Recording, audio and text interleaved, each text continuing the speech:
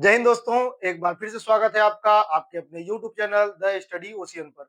दोस्तों हम लोग मॉडर्न हिस्ट्री की जिस सीरीज को हमने स्टार्ट किया था, उसी सीरीज को आगे बढ़ाते हुए ये हमारा नेक्स्ट क्लास है। तो दोस्तों इसमें भी हम लोग वैसे ही ऑब्जेक्टिव टाइप के क्वेश्चन को लेकर के और मिलजुल करके उसको सॉल्व करेंगे और यहाँ से भी हम अपना क्वेश्चन भी सॉल्व करेंगे और बहुत सारे अपने नए कॉन्सेप्ट भी डेवलप करेंगे और साथ साथ फैक्ट को याद भी करेंगे। ठीक है, चलिए स्टार्ट करते हैं हम अपने क्लास को। तो दोस्तों आज के क्लास का जो पहला क्वेश्चन है वह है मुस्लिम लीग की स्थापना कब हुई थी। दोस्तों जो मुस्लिम लीग संस्था है यह कांग्रेस पार्टी के पैरेलल अंग्रेजों द्वारा खड़ी की गई एक संस्था थी, है ना। तो इसकी स्थापना कब हुआ था, तो ये डेट आपको बताना बताना है आपको। 1905 में, 1906 में, 1907 में या 1908 में। तो इसका सही आंसर क्या होगा दोस्तों? इसका सही आंसर होगा 1906। ये आपको ध्यान रखना है। ठीक है, जो मुस्लिम लीग की स्थापना हुई थी ये कब हुई थी? तो इसकी स्थापना हुई थी 30 दिसंबर 1906। ठीक है, 30 दिसंबर 1906 को। और मुस्लिम लीग की स्थापना कहां पर हुई थी दोस्तों? तो इसकी स्थापना हुई थी ढाका, जो बांग्लादेश की राजधानी है। तो बांग्लादेश की राजधानी है ये। तो उस टाइम ये पूर्वी बंगाल हुआ करता था, क्योंकि दोस्तों बंगाल का विभाजन हो चुका था। देखिए 1905 में ही बंगाल का विभाजन हुआ था। तो जो पूर्वी बंगाल था उसकी राजधानी ढाका हुआ करता था और वहीं पर जो मुस्लिम बहुल आबादी हुआ करता था, वहीं पर अंग्रेजों ने मिल करके वहां के कुछ मुस्लिम लीडरों के साथ इसकी स्थापना की थी। तो पूछा जाता है कि मुस्लिम लीग की स्थापना किसने किया था? तो इसमें दो लीडरों का नाम ध्यान रखना है आपको दोस्तों। एक सलीमुल्लाह खान सलीमुल्लाह खान और दूसरा है आगा खान। ठीक है, आगा खान। तो एक सलीमुल्लाह खान और दूसरा है आगा खान। ये दोनों ही नाम आपको ध्यान रखना है। एक फैक्ट और पूछा जाता है कि मुस्लिम लीग का पहला अध्यक्ष कौन था दोस्तों? तो मुस्लिम लीग का पहला अध्यक्ष कौन था? आगा खान था। ये भी आपको ध्यान रखना है। एक फैक्ट आप और भी ध्यान रख सकते हैं कि मुस्लिम लीग द्वारा पहली बार पृथक निर्वाचक मंडल की मांग कब की गई थी? तो दोस्तों मुस्लिम लीग द्वारा जो पृथक निर्वाचक मंडल की मांग की गई थी वह 1908 में अमृतसर अधिवेशन में हुआ था। अमृतसर अधिवेशन में। अमृतसर अधिवेशन, अधिवेशन किसका? मुस्लिम लीग का अधिवेशन। जैसे दोस्तों प्रत्येक वर्ष कांग्रेस के अधिवेशन होते थे, ऐसे ही प्रत्येक वर्ष मुस्लिम लीग के भी अधिवेशन होते थे। तो 1906 में इसकी स्थापना हुई, उसके बाद हर वर्ष इसका अधिवेशन होता था। तो 1908 का जो अमृतसर अधिवेशन था दोस्तों मुस्लिम लीग का, इसी अधिवेशन में इन्होंने पहली बार अपने पृथक निर्वाचक मंडल की मांग किया था। और पृथक निर्वाचक मंडल को अंग्रेजों द्वारा एक्सेप्ट कब किया गया था? 1909 के एक्ट में, जिसे हम लोग मार्लियामेंटो सुधार कहते हैं। ठीक है, चलिए नेक्स्ट क्वेश्चन की ओर बढ़ते हैं। और हमारा जो अगला क्वेश्चन है दोस्तों, रॉलेट एक्ट कब पारित हुआ था? रॉलेट एक्ट पारित कब हुआ था ये आपको बताना है। 1917 में, 1918 में, 1919 में या 1920 में। तो इसका सही आंसर क्या होगा दोस्तों? इसका जो सही आंसर होगा वो होगा 1919। डेट भी इसका इंपॉर्टेंट है, इसका डेट भी याद रखना है आपको। 19 मार्च 1919। ठीक है दोस्तों, 19 मार्च 1919 को रॉलेट एक्ट आया था। इसकी कहानी मैं आपको बताता हूँ। देखिए दोस्तों 1914 से लेकर के 1918 तक आपको पता होगा फर्स्ट वर्ल्ड वार चल रहा था, प्रथम विश्व युद्ध चल रहा था, जिसमें अंग्रेजों को एक बड़ी मात्रा में सेना की जरूरत थी। और भारत की पॉपुलेशन बहुत ज्यादा थी, यहाँ पे सेना बहुत उपलब्ध था, है ना। तो यहाँ से वो सेना में यहाँ की जनसंख्या को आकर्षित किए, उन्होंने शामिल किया और उन्होंने बदले में लालच दिया कि जब भी ये वॉर समाप्त होगा तो बदले में हम आपको स्वशासन दे देंगे। लेकिन जब ये वॉर समाप्त हुआ तो ब्रिटिश स्वशासन देने से मुकर गए, उन्होंने स्वशासन नहीं दिया, है ना। उन्होंने स्वशासन नहीं दिया तो जितने भी इंडियन थे जो जागरूक हो चुके थे, जो इस वॉर से लौट करके आए थे, उनके अंदर थोड़ी मेच्योरिटी आ चुकी थी, तो उन्होंने विरोध करना शुरू किया। और जब विरोध करना शुरू किया तो उसी लिए अंग्रेजों ने रॉलेट एक्ट लाया था 19 मार्च 1919 को। इस एक्ट को काला कानून कहते हैं या बिना अपील, बिना दलील, बिना वकील का कानून कहते हैं। तो अगर आपसे पूछे कि बिना अपील, बिना दलील, बिना वकील का कानून किसे कहते हैं, तो रॉलेट एक्ट को कहते हैं। या अगर कभी आपसे पूछा जाए कि काला कानून किसे कहते हैं, तो रॉलेट एक्ट को कहते हैं। तो इसे काला कानून कहते क्यों है? काला कानून इसे इसलिए कहते हैं दोस्तों क्योंकि इस कानून के तहत ये प्रावधान था कि ब्रिटिश अधिकारी जो अंग्रेज अधिकारी थे वो किसी भी इंडियन को केवल शक के आधार पर भी गिरफ्तार कर सकते थे और दूसरी बात यह है कि उनका जमानत भी नहीं होता था। तो इस चीज का यहाँ जो भारतीय लोग थे उन्होंने बड़ा ही इसका विरोध किया और विरोध का ही परिणाम था कि दोस्तों 6 अप्रैल इसके विरोध में 6 अप्रैल 6 अप्रैल 1919 को महात्मा गांधी ने देशव्यापी हड़ताल स्टार्ट किया था। 6 अप्रैल 1919 को रॉलेट एक्ट के ही विरोध में महात्मा गांधी ने देशव्यापी आंदोलन स्टार्ट किया और इसी का परिणाम था कि पंजाब के दो नेता डॉक्टर सत्यपाल मलिक और सैफुद्दीन किचलू गिरफ्तार हुए 10 अप्रैल को और 13 अप्रैल को लोग विरोध करने के लिए अमृतसर में इकट्ठा हुए थे, जिसमें जलियांवाला बाग हत्याकांड के रूप में जनरल डायर ने गोलियों से भुनवा दिया था। तो वो घटना हमारे सामने आती है जो जलियांवाला बाग हत्याकांड होता है 13 अप्रैल 1919 का। तो ये दोस्तों रॉलेट एक्ट की बात थी जो मैंने आपको बता दिया। चलिए नेक्स्ट क्वेश्चन की ओर बढ़ते हैं। खेड़ा सत्याग्रह कब हुआ था? तो दोस्तों ये खेड़ा सत्याग्रह है ना, महात्मा गांधी द्वारा एक सत्याग्रह है। तो खेड़ा सत्याग्रह किसके द्वारा चलाया गया था? तो ये महात्मा गांधी जी द्वारा चलाया गया था। तो ये कब महात्मा गांधी द्वारा चलाया गया था? तो ये कब था? क्या 1916 में था, 1917 में था, 18 में था या 19 में था? तो इसका सही आंसर क्या होगा दोस्तों? 1918। देखिए महात्मा गांधी 9 जनवरी 1915 को दक्षिण अफ्रीका से भारत की ओर लौटते हैं। तो 9 जनवरी को हम लोग प्रवासी दिवस के रूप में मनाते हैं। तो महात्मा गांधी 9 जनवरी, ठीक है ना, 9 जनवरी 1915 को दक्षिण अफ्रीका से भारत आते हैं और जब ये आते हैं तो 1916 में इन्होंने साबरमती आश्रम बनाया था। क्या बनाया था दोस्तों? साबरमती आश्रम। साबरमती आश्रम बनाया था इन्होंने और इसी आश्रम में महात्मा गांधी रहते थे। क्लियर है?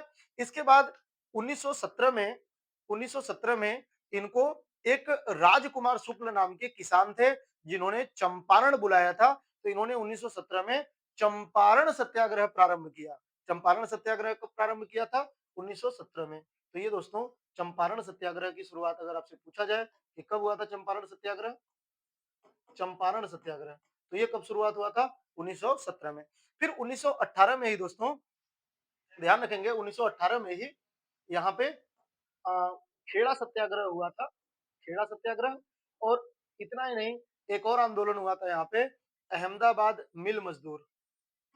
अहमदाबाद अहमदाबाद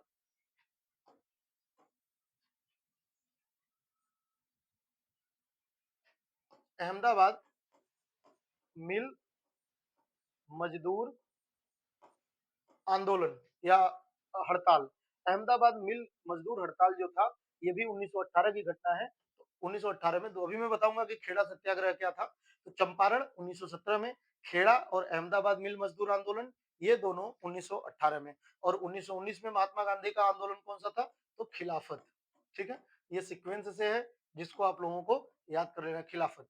तो चंपारण सत्याग्रह 1917, खेड़ा सत्याग्रह 1918, अहमदाबाद मिल मजदूर 1918 और खिलाफत आंदोलन 1919। तो ये आपको ध्यान रखना है। और 1916 में इन्होंने साबरमती आश्रम की स्थापना की थी। तो खेड़ा सत्याग्रह दोस्तों था क्या? खेड़ा सत्याग्रह क्या था? तो खेड़ा सत्याग्रह में दोस्तों ये एक किसान आंदोलन था। इसका प्रकृति भी पूछता है। तो जो खेड़ा सत्याग्रह था वो कैसा था? एक किसान आंदोलन था। खेड़ा सत्याग्रह कैसा था?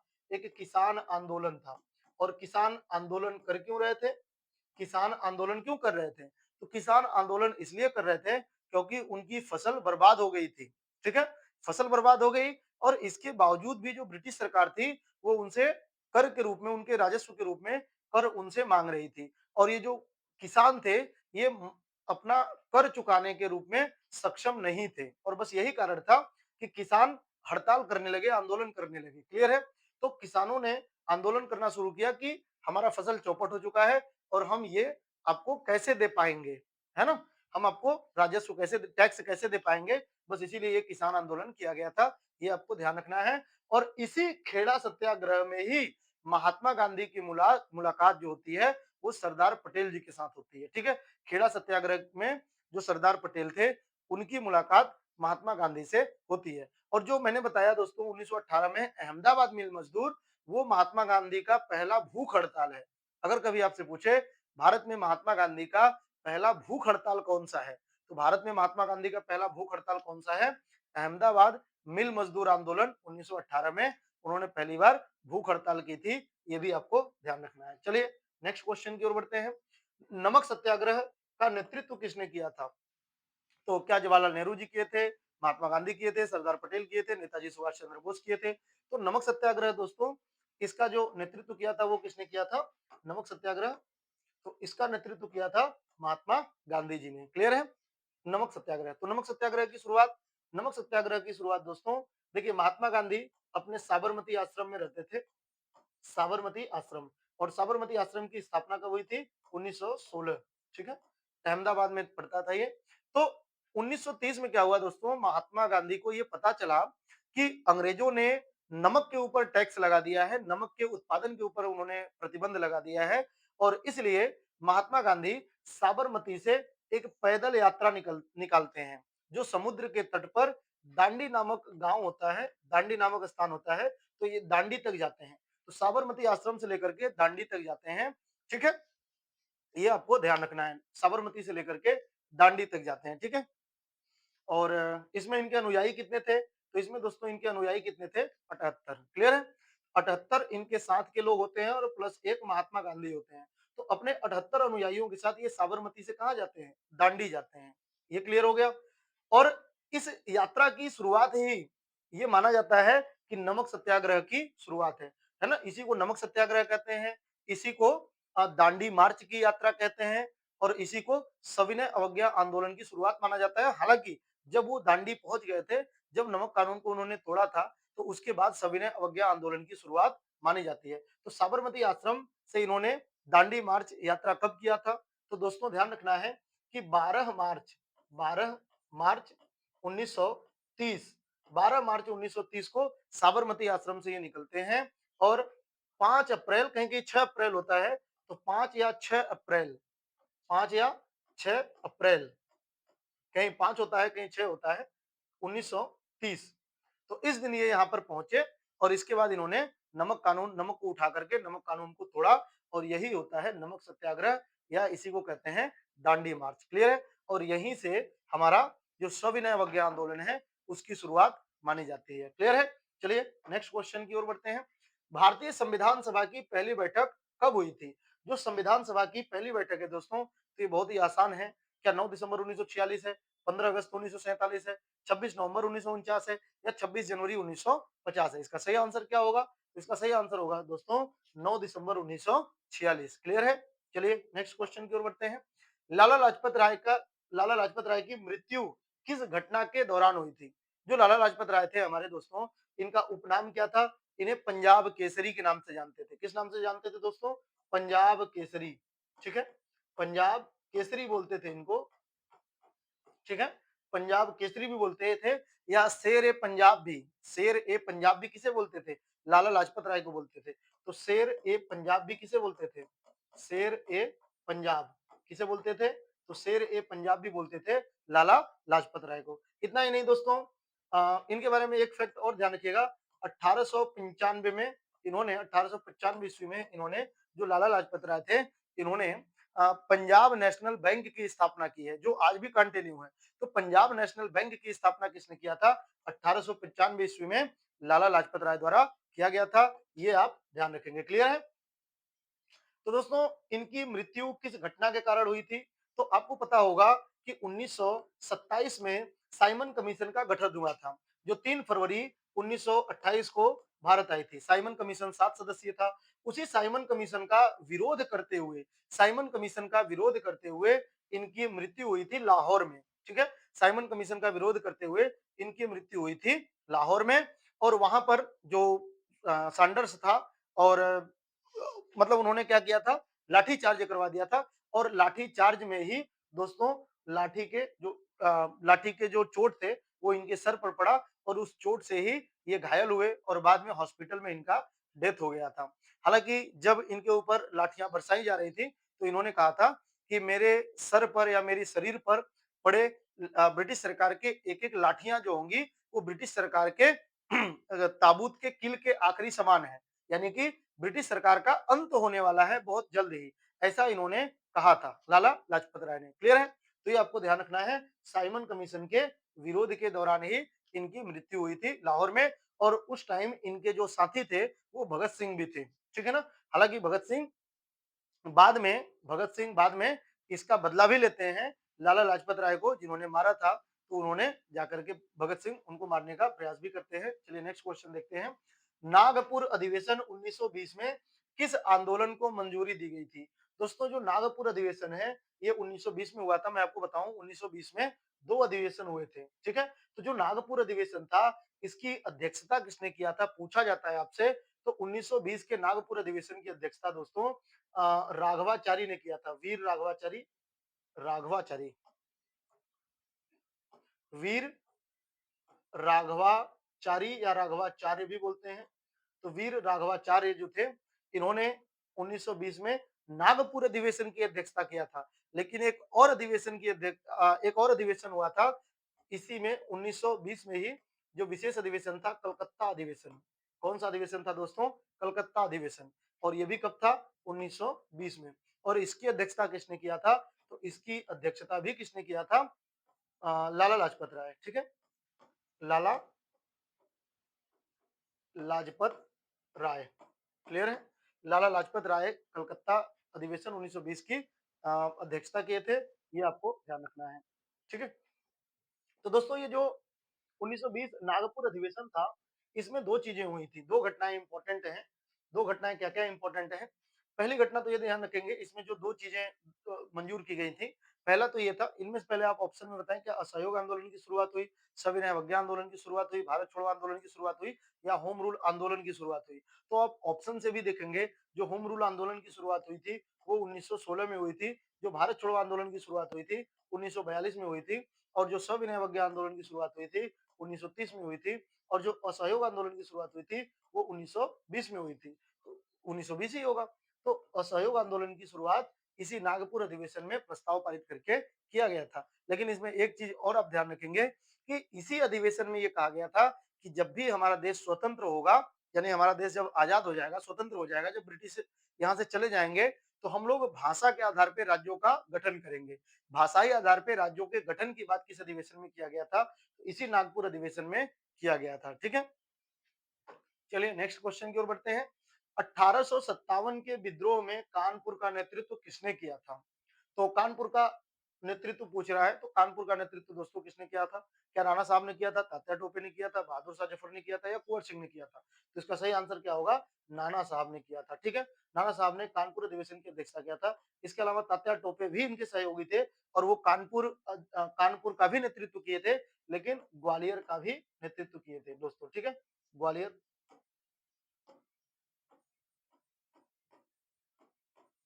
ग्वालियर तो ग्वालियर का नेतृत्व तात्या टोपे ने किया था। बहादुर शाह जफर ने कहाँ का नेतृत्व किया था? तो ये दिल्ली का नेतृत्व किया था दोस्तों। और इसके अलावा कुंवर सिंह कहाँ का नेतृत्व किए थे? तो ये जगदीशपुर बिहार का नेतृत्व किए थे। जगदीशपुर बिहार, जगदीशपुर कहाँ पड़ता है? बिहार, ठीक है। चलिए नेक्स्ट क्वेश्चन की ओर बढ़ते हैं।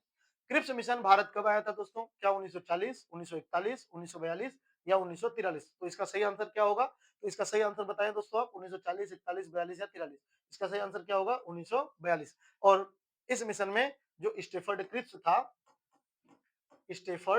क्रिप्स वह भारत आया हुआ था। स्टेफर्ड क्रिप्स आया हुआ था भारत, ये ध्यान रखेंगे। और यह आया था, आपको पता होगा कि ये सेकेंड वर्ल्ड वॉर का टाइम पीरियड है ना। सेकेंड वर्ल्ड वॉर कब चल रहा था? 1939 से लेकर के 1945 तक चला। तो इस टाइम अंग्रेजों को सेना की जरूरत थी, है ना, या आर्मी की जरूरत थी। तो वो इंडिया से सपोर्ट मांग रहे थे कि हमें आर्मी के रूप में आप हमें सहयोग करें और बदले में हम आपको आजादी दे देंगे। हालांकि यहाँ के लोग उस चीज को एग्री नहीं कर रहे थे, उनके ऊपर डाउट कर रहे थे। तो स्टेफर्ड क्रिप्स जो था वह आया था इंडिया को, वह प्रस्ताव लेकर के कि हम आपको आजादी देते हैं। लेकिन उसकी आजादी कैसी थी? डोमिनियन स्टेटस वाली थी। उनका जो स्वराज था वो कैसा था? डोमिनियन स्टेटस का दर्जा था। डोमिनियन स्टेटस का मतलब होता है दोस्तों कि पूर्ण आजादी आपको नहीं मिलेगी। आपके कुछ सब्जेक्ट जो इंपॉर्टेंट हैं, जैसे विदेश मामला होगा, जैसे रक्षा मामला होगा, जैसे वित्त मामला होगा, यह ब्रिटिश महारानी देखेंगी, ब्रिटिश सरकार देखेगी। और बाकी जो सब्जेक्ट हैं उसमें आप स्वतंत्र हैं, तो उसको डोमिनियन स्टेटस कहा जाता है। तो इन्होंने, जो स्टेफर्ड क्रिप्स था, इसने कहा हम आपको डोमिनियन स्टेटस देने के लिए तैयार हैं। बस इसीलिए मतलब इसका विरोध किया गया था। तो ये ध्यान रखेंगे आप। तो इसका विरोध कर दिया गया था, ये सक्सेसफुल नहीं हुआ। तो कांग्रेस ने भी इसका विरोध किया था और मुस्लिम लीग ने भी इसका विरोध किया था। मुस्लिम लीग ने इसका विरोध क्यों किया था? क्योंकि स्टेफर्ड क्रिप्स ने जो द्विराष्ट्र का सिद्धांत था उसको स्वीकार नहीं किया था, उसको मना कर दिया था। इसने कहा था नहीं, जब भी हम ऐसा स्वतंत्रता देंगे आपको, चाहे डोमिनियन स्टेटस ही दे रहे हैं, तो उसमें दो राष्ट्र का सिद्धांत नहीं होगा, वो एक ही देश इंडिया को दे रहे थे। इसलिए इसका विरोध मुस्लिम लीग द्वारा भी किया गया था, ये आपको ध्यान रखना है। चलिए नेक्स्ट क्वेश्चन की ओर बढ़ते हैं। पट्टाभी सीतारमैया को 1939 में कांग्रेस अध्यक्ष के चुनाव में किसने हराया था? तो दोस्तों बड़ी ही रोचक कहानी है ये, पट्टाभी सीतारमैया। ठीक है, तो मैं आपको कहानी बताता हूँ, थोड़ा ध्यान से सुनिएगा। 1938 में कांग्रेस का वार्षिक अधिवेशन था, 1938। और ये कहां पर था दोस्तों? तो ये था हरिपुरा। हरिपुरा अधिवेशन था कांग्रेस का और इसमें चुनाव हुआ था। तो इसमें जो नेताजी थे, नेताजी सुभाष चंद्र बोस, नेताजी अध्यक्ष बन गए थे, नेताजी अध्यक्ष बने थे। क्लियर है? 1939 में कांग्रेस का फिर से अधिवेशन होना था और वापिस से नए अध्यक्ष का चुनाव होना था। तो नए अध्यक्ष के तौर पे नेताजी वापिस से इस चुनाव में खड़े हो गए। ठीक है, और ये अधिवेशन कहाँ पे था दोस्तों? तो त्रिपुरी अधिवेशन कहते हैं इसको। ये बड़ा ही विवादित है, कहानी ध्यान से सुनिएगा, आपको मजा भी आएगा। 1938 का जो हरिपुरा अधिवेशन था, इसमें नेताजी अध्यक्ष बनाए गए। फिर 1939 का कांग्रेस अधिवेशन हुआ, त्रिपुरी अधिवेशन कहते हैं इसको। इसमें भी जो नेताजी थे वो चुनाव में खड़े हो गए कांग्रेस के वार्षिक अधिवेशन की अध्यक्षता करने के लिए। तो बहुत सारे लोग थे जिन्होंने एग्री नहीं किया, जिनमें से एक महात्मा गांधी भी थे। और महात्मा गांधी ऐसा चाहते थे कि अध्यक्षता पट्टाभी सीतारमैया को मिले, क्योंकि ये भी एक गांधीवादी नेता थे और जो नेताजी थे वो थोड़े एग्रेसिव माइंडसेट से काम करते थे। तो महात्मा गांधी ऐसा चाहते थे कि पट्टाभी सीतारमैया कांग्रेस के अध्यक्ष बने। तो महात्मा गांधी अपनी ओर से पट्टाभी सीतारमैया को, जो महात्मा गांधी है, इन्होंने अपनी ओर से किसको चुनाव में उतारा? पट्टाभी सीतारमैया का नाम अनाउंस किया। तो पट्टाभी सीतारमैया और नेताजी सुभाष चंद्र बोस, इन दोनों लोगों में जो चुनाव हुआ तो जीत किसको मिली? तो जीत वापिस से नेताजी को मिल गई। ठीक है, पट्टाभी सीतारमैया चुनाव हार गए कांग्रेस का। और जब पट्टाभी सीतारमैया चुनाव हार गए तो महात्मा गांधी ने इसको अपना व्यक्तिगत हार बताया था। और ये हमारे एग्जाम में पूछा जाता है कि महात्मा गांधी ने किसे अपना व्यक्तिगत हार बताया था। तो 1939 का जो त्रिपुरी अधिवेशन था, इसमें जो पट्टाभी सीतारमैया चुनाव हार गए थे, इसी को महात्मा गांधी ने कहा कि ये पट्टाभी सीतारमैया के हार नहीं है, ये मेरी अपनी व्यक्तिगत हार है। और महात्मा गांधी काफी दुखी थे। नेताजी सुभाष चंद्र बोस को ये बात पता चली, इन्होंने कांग्रेस से त्यागपत्र दे दिया। इसी टाइम इन्होंने अपनी अध्यक्षता पद से त्यागपत्र दे दिया, यानी ये कांग्रेस को छोड़ दिए थे। ठीक है, नेताजी फिर कांग्रेस को छोड़ दिए।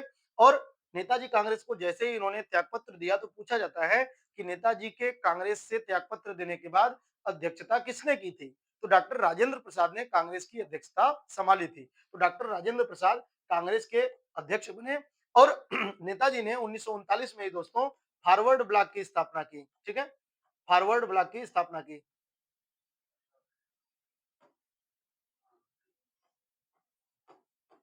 फॉरवर्ड ब्लॉक की स्थापना की। ये रहा है फॉरवर्ड ब्लॉक की स्थापना। आपसे पूछा जाता है फॉरवर्ड ब्लॉक की स्थापना किसने किया था? तो नेताजी सुभाष चंद्र बोस 1939 में। हालांकि ये चुनाव जीत गए थे, उसके बाद ये त्यागपत्र दिए थे। ठीक है, तो ये आपको ध्यान रखना है। तो पट्टाभी सीतारमैया 1939 में कांग्रेस अध्यक्ष के चुनाव में किससे हारे थे? तो ये नेताजी सुभाष चंद्र बोस के द्वारा हारे थे। और पूछा जाएगा कि पट्टाभी सीतारमैया को किसने व्यक्तिगत रूप से सहयोग किया था? तो वो महात्मा गांधी होंगे। ठीक है, चलिए नेक्स्ट क्वेश्चन की ओर बढ़ते हैं। वंदे मातरम गीत किसने लिखा था? क्या रविन्द्रनाथ टैगोर, बंकिम चंद्र चटर्जी, सरोजिनी नायडू या मैथिली शरण गुप्त? तो वंदे मातरम दोस्तों यह किस किताब से लिया गया है? तो इस किताब को लिया गया है आनंद मठ से लिया गया है। आनंद मठ ध्यान रखेंगे, जिसकी रचना 1882 में हुई थी। और इसको लिखा किसने था? तो बंकिम चंद्र चटर्जी जी ने लिखा था। तो आनंद मठ की रचना बंकिम चंद्र चटर्जी जी ने लिखा है, जो 1882 में लिखा गया था। क्लियर है? और आनंद मठ जो किताब है यह एक उपन्यास था। तो आपसे पूछता है आनंद मठ जो है पुस्तक, इसका इसका विषय वस्तु क्या है? तो इसका जो विषय वस्तु है दोस्तों, ये सन्यासी विद्रोह के ऊपर लिखी गई किताब है। सन्यासी विद्रोह, जो सन्यासी विद्रोह हुआ था, इस सन्यासी विद्रोह के ऊपर ही ये किताब आनंद मठ लिखी गई है। क्लियर है? ये आपको ध्यान रखना है। ठीक है ना? फिर बंकिम चंद्र चटर्जी की और भी कई सारी किताबें हैं, जैसे एक किताब है कपाल कुंडला, कुछ और भी किताब मैं बताता हूँ जो बंकिम चंद्र चटर्जी द्वारा ही लिखी गई है, आप नोट कर लेंगे। एक कपाल कुंडला है दोस्तों, ये आप ध्यान रखेंगे। कपाल कुंडला किताब पूछा जाता है किसने लिखा था। एक देवी चौधरानी, ठीक है, देवी चौधरानी भी इनका लिखा गया है, देवी चौधरानी, देवी चौधरानी। तो कपाल कुंडला, देवी चौधरानी, आनंद मठ, ये किताबें किसकी हैं, बंकिम चंद्र चटर्जी की हैं, ठीक है। अब मैं वंदे मातरम के बारे में कुछ और फैक्ट बताता हूं। जैसे यदि आपसे पूछे कि वंदे मातरम को वंदे मातरम को पहली बार गाया कब गया था, वंदे मातरम को पहली बार कब गाया गया था, तो दोस्तों पहली बार वंदे मातरम को जो गाया गया था वह 1896 के कांग्रेस के कलकत्ता अधिवेशन में।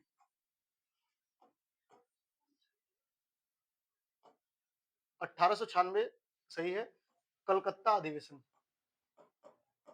कलकत्ता अधिवेशन, कलकत्ता अधिवेशन, ठीक है। 1896 कलकत्ता अधिवेशन में ही 1896 में इसको गाया गया था। और इसकी अध्यक्षता किसने किया था, तो रहीमतुल्ला सयानी इसकी अध्यक्षता किए थे। इसके जो अध्यक्ष थे उस टाइम कांग्रेस के, रहीमतुल्ला सयानी थे। रहीमतुल्ला सयानी ने ही इस कांग्रेस की अध्यक्षता किए थे, जो 1896 में इसमें पहली बार वंदे मातरम को गाया गया था। ये भी आपको ध्यान रखना है। फिर कुछ और फैक्ट मैं आपको बताता हूँ, ये भी आप नोट करेंगे वंदे मातरम के बारे में। जैसे आपसे पूछा जा सकता है कि वंदे मातरम को राष्ट्रगीत के रूप में कब स्वीकार किया गया था दोस्तों, तो जिस दिन कांग्रेस की जिस दिन संविधान सभा की अंतिम बैठक थी, जिस दिन संविधान सभा की अंतिम बैठक थी, अंतिम बैठक कब थी, 24 जनवरी 1950। और जिस दिन अंतिम बैठक थी दोस्तों, इसी दिन वंदे मातरम को राष्ट्रगीत के रूप में स्वीकार किया गया था और राष्ट्रगान के रूप में जनगण मन को स्वीकार किया गया था। और जो स्थायी अध्यक्ष थे डॉक्टर राजेंद्र प्रसाद, उनको राष्ट्रपति के रूप में लोगों ने चुना था, ठीक है। तो 24 जनवरी 1950 को वंदे मातरम के रूप में जो राष्ट्रगीत है, राष्ट्रगीत के रूप में इसको स्वीकार कर लिया गया था। ये आपको ध्यान रखना है। और वंदे मातरम को गाने का टाइम ड्यूरेशन क्या है, समय कितना है, तो इसको 65 सेकंड में गाया जाता है, ठीक है ना। 65 सेकंड में, जैसे राष्ट्रगान को 52 सेकंड में गाया जाता है, ऐसे ही वंदे मातरम को 65 सेकंड में गाया जाता है। ये भी आपको ध्यान रखना है, ठीक है। चलिए नेक्स्ट क्वेश्चन की ओर बढ़ते हैं।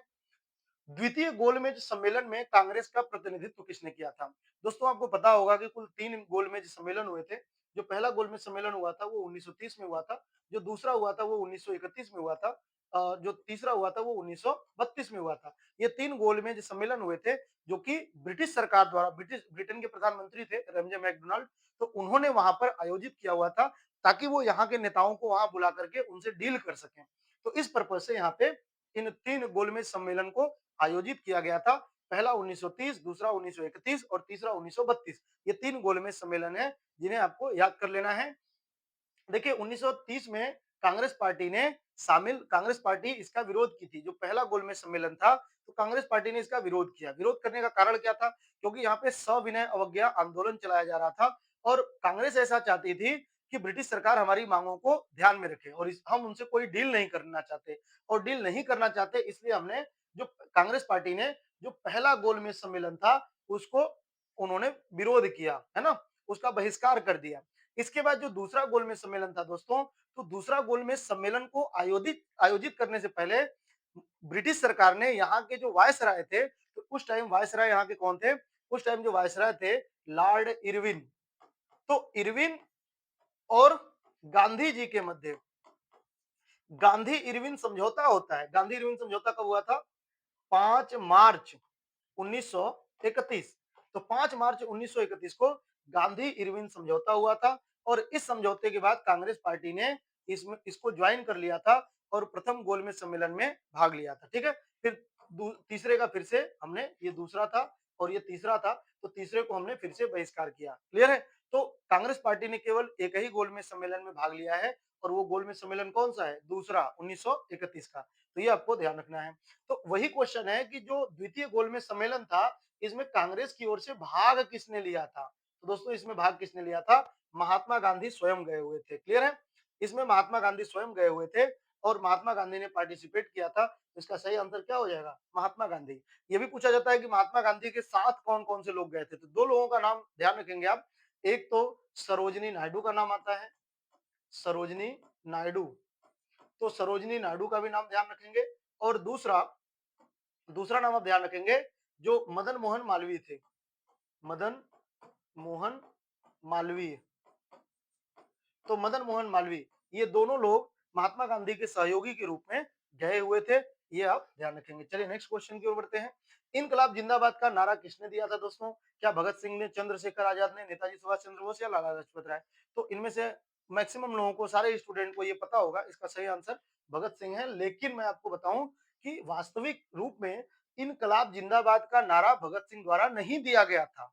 भगत सिंह ने इसको फेमस किया था, ये भगत सिंह का नारा था, लेकिन भगत सिंह ने इसको स्टार्ट नहीं किया था। इसको जो लिखा था, वह लिखा था क्या नाम था उनका, हसरत मोहानी नाम था, हसरत मोहानी। ठीक है, तो हसरत मोहानी जो थे, इन्होंने इनकलाब जिंदाबाद का नारा लिखा था, भगत सिंह ने इसको फेमस किया था। तो अगर ऑप्शन में कभी भगत सिंह भी हो और हसरत मोहानी भी हो, तो आप बिना किसी संकोच के हमेशा हसरत मोहानी को टिक करेंगे। इसको हसरत मोहानी ने ही लिखा था, भगत सिंह ने इसको फेमस किया था। क्लियर है? फिर आपको पता होगा चंद्रशेखर आजाद का जो नारा था, वो हमेशा था कि आजाद हैं और आजाद ही रहेंगे। और जो नेताजी सुभाष चंद्र बोस हैं, इनके दो नारा फेमस हैं, एक तुम मुझे खून दो मैं तुम्हें आजादी दूंगा, और दूसरा दिल्ली चलो। दिल्ली चलो का नारा भी किसने दिया था? नेताजी सुभाष चंद्र बोस जी ने। ठीक है ना? तो ये आप ध्यान रखेंगे। नेक्स्ट क्वेश्चन की ओर बढ़ते हैं। भारत का राष्ट्रीय गान जनगण मन किसने लिखा था? तो दोस्तों, जो जनगण मन लिखा था वो रविन्द्रनाथ टैगोर जी ने लिखा था। हम सबको बचपन से ही पता होगा, लेकिन मैं आपको कुछ फैक्ट बताता हूँ जो आपको ध्यान रखना है। जैसे कि जो ये राष्ट्रीय गान जनगण मन है, तो जनगण मन राष्ट्रगान के रूप में स्वीकार कब किया गया था? तो स्वीकार मैंने अभी आपको बताया था कि 24 जनवरी 1950 को इसको राष्ट्रगान के रूप में स्वीकार किया गया था। ठीक है, पहली बात। दूसरी बात, जो रविन्द्रनाथ टैगोर हैं, इन्होंने जनगण मन लिखा था, तो जनगण मन को पहली बार गाया कब गया था? ऐसा क्वेश्चन पूछता है, जनगण मन को पहली बार कब गाया गया था, या कांग्रेस के किस अधिवेशन में गाया गया था? तो 1911 के कलकत्ता अधिवेशन में। देखिए, राष्ट्रगीत के टाइम भी कलकत्ता अधिवेशन था और राष्ट्रगान के टाइम भी कलकत्ता अधिवेशन था। तो यहाँ पर भी कलकत्ता अधिवेशन है, कलकत्ता अधिवेशन 1911, और इसकी अध्यक्षता बिशन नारायण धर ने किया था। ये आपको ध्यान रखना है, 1911। ठीक है, जनगण मन। क्लियर है? नेक्स्ट क्वेश्चन की ओर बढ़ते हैं। 1857 के विद्रोह को सबसे पहले कहां दबाया गया था? जाहिर सी बात है दोस्तों, जहां पर विद्रोही सबसे पहले पहुंचे थे, सबसे पहले कैप्चर किया, उसी एरिया को अंग्रेजों ने सबसे पहले छुड़ाया, उसी अंग्रेजों ने उसी एरिया को सबसे पहले स्वतंत्र भी कराया। तो मेरठ से ये शुरू हुई थी, और सबसे पहले जो क्रांतिकारी थे, उन्होंने 1857 की क्रांति के दौरान सबसे पहले दिल्ली को कैप्चर किया था, और अंग्रेजों ने भी सबसे पहले दिल्ली को ही छुड़ाया था। ठीक है, तो वहीं के विद्रोह को उन्होंने सबसे पहले दबा दिया था। तो इनमें आपसे पूछता है कि दिल्ली का नेतृत्व किसने किया था? तो 1857 की क्रांति में जो दिल्ली का नेतृत्व किया था, वो किसने किया था? बहादुर शाह जफर ने किया था। लेकिन अगर पूछे विद्रोह को किस अंग्रेज अधिकारी ने दबाया था, अगर ऐसा पूछेगा, तो ध्यान रखना है आपको, निकोलसन, जॉन निकोलसन इसका नाम था, निकोलसन, जॉन निकोलसन एवं हडसन, जॉन निकोलसन एवं हडसन, ये दो ऐसे अंग्रेज अधिकारी थे जिन्होंने दिल्ली के विद्रोह को दबा दिया था। और मैं आपको बताऊं कि जो निकोलसन था, जॉन निकोलसन, ये इसकी डेथ हो गई थी इस विद्रोह में। ठीक है ना, ये मारा गया था, और बाद में फिर हडसन को यहाँ पे भेजा गया था। तो दोनों का ही नाम पूछा जाता है दिल्ली के विद्रोह को सबसे, क्योंकि ये पहला विद्रोह था जिसे दबा दिया गया था। तो निकोलसन और हडसन, इन दोनों ने ही वहां पे सफलता पाई। हालांकि बाद में फिर दिल्ली में ही निकोलसन की मृत्यु हुई, तो हडसन यहाँ पे एक्टिव हो गया। नेक्स्ट क्वेश्चन की ओर बढ़ते हैं। प्लासी का युद्ध कब लड़ा गया था? तो जो दोस्तों ये प्लासी का युद्ध है, ये पहला ऐसा युद्ध है जिस युद्ध के बाद अंग्रेजों ने पहली बार यहाँ इंडिया में किसी एरिया में जीत हासिल की थी। इन्होंने किसी एरिया पर अपना कब्जा स्थापित किया था। हालांकि इन्होंने डायरेक्ट कब्जा नहीं किया था, बल्कि अपने कठपुतली शासक बैठाया था बंगाल में। तो ये बंगाल का युद्ध था दोस्तों, और प्लासी बंगाल में ही है। ठीक है, तो ये प्लासी का युद्ध कब लड़ा गया था, आप मुझे बताएंगे? तो जो प्लासी का युद्ध लड़ा गया था, ये 1757 में लड़ा गया था। ठीक है, 1757, 23 जून 1757, 23 जून 1757। और ये युद्ध किसके किसके बीच हुआ था? तो सिराजुद्दौला, जो बंगाल का राजा था, सिराजुद्दौला, जो वहां बंगाल का राजा था, और प्लस दूसरी ओर कौन था? तो दूसरी ओर रॉबर्ट क्लाइव था, रॉबर्ट क्लाइव। दूसरी ओर दोस्तों रॉबर्ट क्लाइव था और इन दोनों के मध्य ये वॉर हुआ था और इसमें जो इसका सिराजुद्दौला का मुख्य सेनापति था, इसका जो मुख्य सेनापति था मीर जाफर, ये नाम भी आपको ध्यान रखना है। जो ये मीर जाफर था, इसने पाला बदल लिया, इसने अपने राजा के साथ धोखा किया और उसने इसको सपोर्ट किया इस युद्ध में। तो जब राजा का मेन सेनापति ही किसी दूसरी पार्टी में शामिल हो जाएगा तो राजा अकेले कहां से वॉर लड़ेगा। तो इस युद्ध में सिराजुद्दौला की हार हो गई थी और रॉबर्ट क्लाइव की जीत हो गई थी और मीर जाफर ही इसके बाद बंगाल का अगला शासक बनाया गया था। यही डील हुई थी रॉबर्ट क्लाइव और मीर जाफर के बीच। चलिए नेक्स्ट क्वेश्चन की ओर बढ़ते हैं। भारत में प्रथम रेलवे लाइन कब की शुरुआत कब हुई थी? 1850, 1853, 1860, 1870। इसका सही आंसर क्या होगा दोस्तों? 1853। दोस्तों 16 अप्रैल 1853 को पहली बार रेलवे चली थी, ठीक है। और रेलवे की जो शुरुआत हुई थी और इसीलिए हम लोग 16 अप्रैल को रेल दिवस के रूप में मनाते हैं ना। भारतीय रेल दिवस अगर आपसे पूछे कब मनाते हैं तो 16 अप्रैल को ही रेल दिवस के रूप में मनाते हैं, क्योंकि 16 अप्रैल 1853 को पहला रेल की शुरुआत हुई थी और ये 34 किलोमीटर पहली रेलवे चली थी, 34 किलोमीटर, जो मुंबई से ठाणे तक चली थी। तो ये ध्यान रखना है आपको, मुंबई से ठाणे तक। नेक्स्ट क्वेश्चन है, द इंडियन मिरर अखबार किसने शुरू किया था? तो द इंडियन मिरर, इसकी शुरुआत क्या दादा भाई नौरोजी ने किया था, देवेंद्र नाथ टैगोर ने किया था, या गोपाल कृष्ण गोखले ने किया था, या बाल गंगाधर तिलक ने किया था? आप मुझे बताएं इसका सही आंसर क्या होगा दोस्तों। तो इसका जो सही आंसर होगा दोस्तों वो होगा देवेंद्र नाथ टैगोर। देवेंद्र नाथ टैगोर की ये एक प्रसिद्ध अखबार है, बहुत इंपॉर्टेंट है। इसके अलावा दादा भाई नौरोजी की जो अखबार है दोस्तों बहुत ही फेमस है, रास्त गुफ्तार, रास्त गुफ्तार।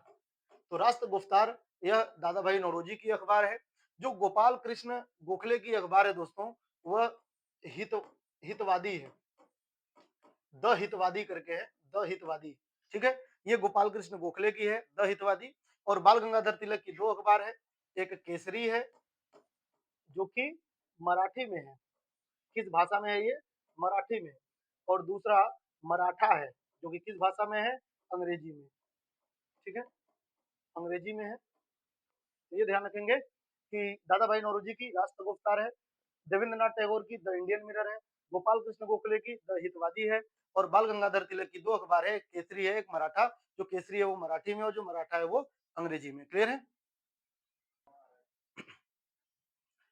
चलिए दोस्तों तो नेक्स्ट क्वेश्चन की ओर बढ़ते हैं। सविनय अवज्ञा आंदोलन का समापन कब हुआ था? 1931 में, 32 में, 33 में, 34 में। तो जो सविनय अवज्ञा आंदोलन का समापन हुआ था दोस्तों वह 1934 में हुआ था।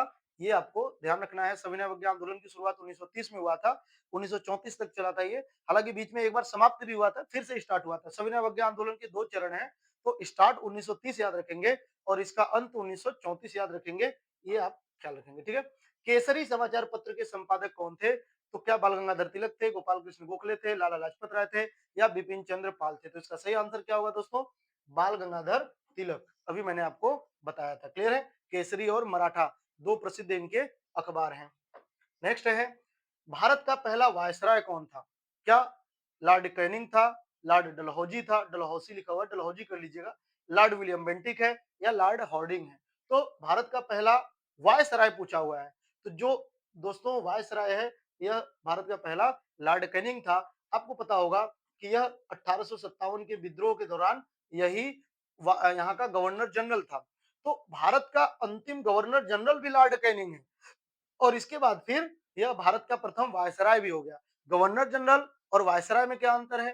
तो जो गवर्नर जनरल था दोस्तों वह कंपनी का आदमी था, कंपनी का अधिकारी हुआ करता था। लेकिन 1857 की क्रांति के बाद पूरे इंडिया पर कंपनी, जो ईस्ट इंडिया कंपनी यहाँ पे रूल करती थी, उस कंपनी के रूल को हटा करके ब्रिटिश सरकार ने रूल करना शुरू कर दिया। और जो ब्रिटिश सरकार ने रूल करना शुरू किया तो यहाँ का जो सबसे बड़ा पद गवर्नर जनरल का पद था उसको भी चेंज करके वायसराय का पद कर दिया गया, वायसराय का पद कर दिया गया। तो यही अंतर था दोस्तों, जो गवर्नर जनरल का पद था वो वायसराय के पद के रूप में चेंज कर लिया गया और लॉर्ड कैनिंग ही इसका प्रथम वायसराय बना। ठीक है, चलिए नेक्स्ट क्वेश्चन की ओर बढ़ते हैं। गदर आंदोलन की शुरुआत किसने किया था दोस्तों? तो गदर आंदोलन की शुरुआत कब हुआ था? 1913 ध्यान रखेंगे। और इसकी शुरुआत किसने किया था? क्या लाला हरदयाल, भगत सिंह, नेताजी सुभाष चंद्र बोस या चंद्रशेखर आजाद? तो इसका सही आंसर क्या होगा? लाला हरदयाल ने इसकी शुरुआत की थी। ठीक है, नेक्स्ट क्वेश्चन की ओर बढ़ते हैं। भारत में प्रथम जनगणना की शुरुआत कब हुई थी? और प्रथम जनगणना क्या 1861 में, क्या 1872 में, 1881 में या 1891 में? तो दोस्तों हमारे भारत में जो प्रथम जनगणना हुई थी वह 1872 में हुआ था। और किसने करवाया था? तो लॉर्ड मेयो। किसने करवाया था दोस्तों? लॉर्ड मेयो, ध्यान रखेंगे आप। लॉर्ड मेयो ने ही पहला जनगणना करवाया था। हालांकि इस जनगणना के दौरान ही लॉर्ड मेयो की मृत्यु हो गई थी। तो भारत में किस गवर्नर जनरल या वायसराय की मृत्यु हुई थी? तो वो भी लॉर्ड मेयो ही है। ठीक है, ये आप ध्यान रखेंगे। फिर अगर आपसे पूछे भारत में नियमित जनगणना की शुरुआत किसने करवाई? तो नियमित जनगणना की शुरुआत 1881 में हुआ था, लॉर्ड रिपन ने करवाया।